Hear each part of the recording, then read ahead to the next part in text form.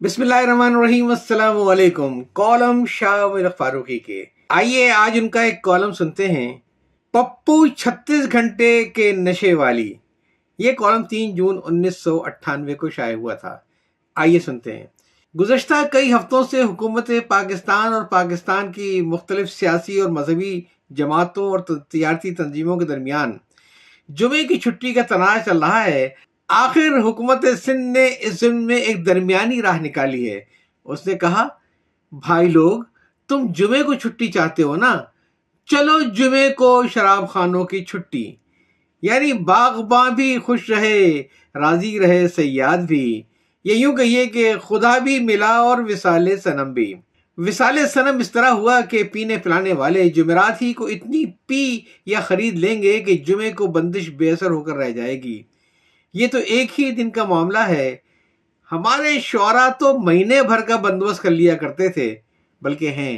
فارسی کے مشہور ایرانی شاعر عمر خیام کی ایک رباعی ملاحظہ کیجئے، گویند کے ماہ روزہ نزدیک رسید، من باد دیگر نہ تواں گردید، در آخر شعباں بخرم چندہ میں، کون رمضان مست بچشم تائید۔ کہتے ہیں کہ ماہ رمضان قریب آ گیا ہے اور اس مہینے میں شراب نہیں پی جا سکتی ہے، لہٰذا میں شعبان کے آخر میں اتنی زیادہ پی لوں گا کہ پورے رمضان ہی سوتا رہوں۔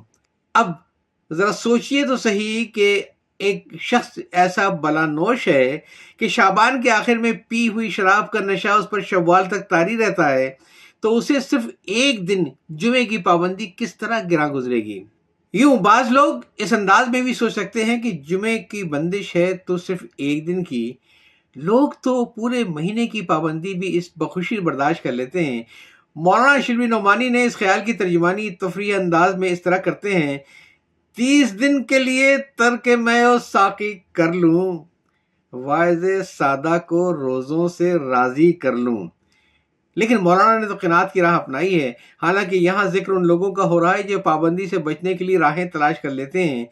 چنانچہ خیام پر تو یہ کیفیت طاری ہوتی ہے کہ شعبان کے آخر میں اتنا پینے کا ارادہ ہے کہ اثر شوال تک چلے۔ لیکن ایک اور فارسی شاعر فانی ایک دوسرا عذر اس طریقے سے تلاش کرتے ہیں، یعنی رمضان کی راتوں میں اتنی پی لیں کہ اگلا پورا دن نشے میں سوتے ہوئے گزر جائے۔ میں خوردنی ماہ روا ریست و لیکن، مستانہ تواں خورد بشب یک دو سے ساغر، یا خورد بداں گونا بیابت کے زمستی، تو شام دیگر بر نتواں خواست زبستر۔ اس مہینے میں شراب پینا جائز نہیں ہے، لیکن رات کو مستی کے عالم میں 2-3 پیالے پی لینے میں کوئی حرج بھی نہیں ہے، لہذا اس وقت اتنی پی لینی چاہیے کہ مستی کے عالم میں دوسری شام ہی بستر سے اٹھنا نصیب ہو۔ ایک سادالو تو ایسے بھی تھے کہ وہ پورے مہینے مے خانے میں پڑے رہتے تھے۔ جب مہینہ گزر گیا تو انہیں معلوم ہوا کہ وہ تو اتفاق سے رمضان کا مہینہ تھا، لیکن یہ بات وہ جانتے نہیں تھے۔ کوئی حد ہے اس سادگی کی؟ قرب یک ماہ بمے خانہ اقامت گردم، اتفاقاً رمضان بود نمی دانستم۔ خیام تو رمضان میں پینے کا ایک اور جواز تلاش کر لیتا ہے۔ تفصیل اس کی یہ ہے کہ ایران میں اکثر مہینوں کے خاص لقب ہیں، مثلا شعبان رسول کا اور رجب کو خدا کا مہینہ کہتے ہیں۔ خیام یہ کہتا ہے کہ لوگ ان مہینے میں شراب پینے سے منع کرتے ہیں، یہ تو خدا اور رسول کے مہینے ہیں، چنانچہ میں رمضان میں شراب پیتا ہوں، یہ خاص ہم لوگوں کا مہینہ ہے۔ گویند کے مے مخور کے شعبان رواست، نئے نیز رجب کے مہ خاص خداست، شعبان و رجب مہ خدایند و رسول، مہ رمضان خوریم کا خاص ماست۔ بہرحال یہ ساری باتیں تفریح طبع میں اور وقت گزاری کے لیے تھیں، حتیٰ کہ جب تک حکومت سندھ کو جمعے کے دن میخانوں کی چھٹی کے خیال نہیں آتا تو یار لوگ نماز جمعہ کو بھی شراب کے مقابلے میں ثانوی حیثیت دیتے رہتے ہیں۔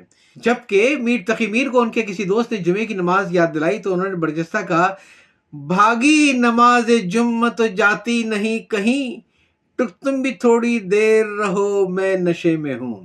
یہ شاعرانہ کالم ختم کرنے سے پہلے ہم حکومت سندھ کی خدمت میں یہ عرض کرنا چاہتے ہیں کہ یہ نظم مملکت اور شاعری میں بہت فرق ہوتا ہے۔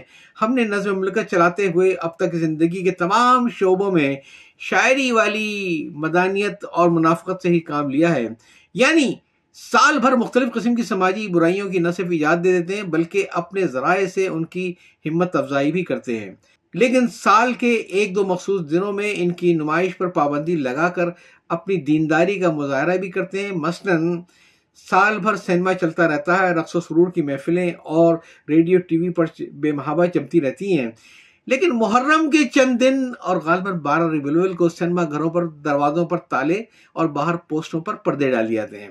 بالکل یہ کیفیت جمعے کے دن شراب کی فروخت پر پابندی کی بھی ہے۔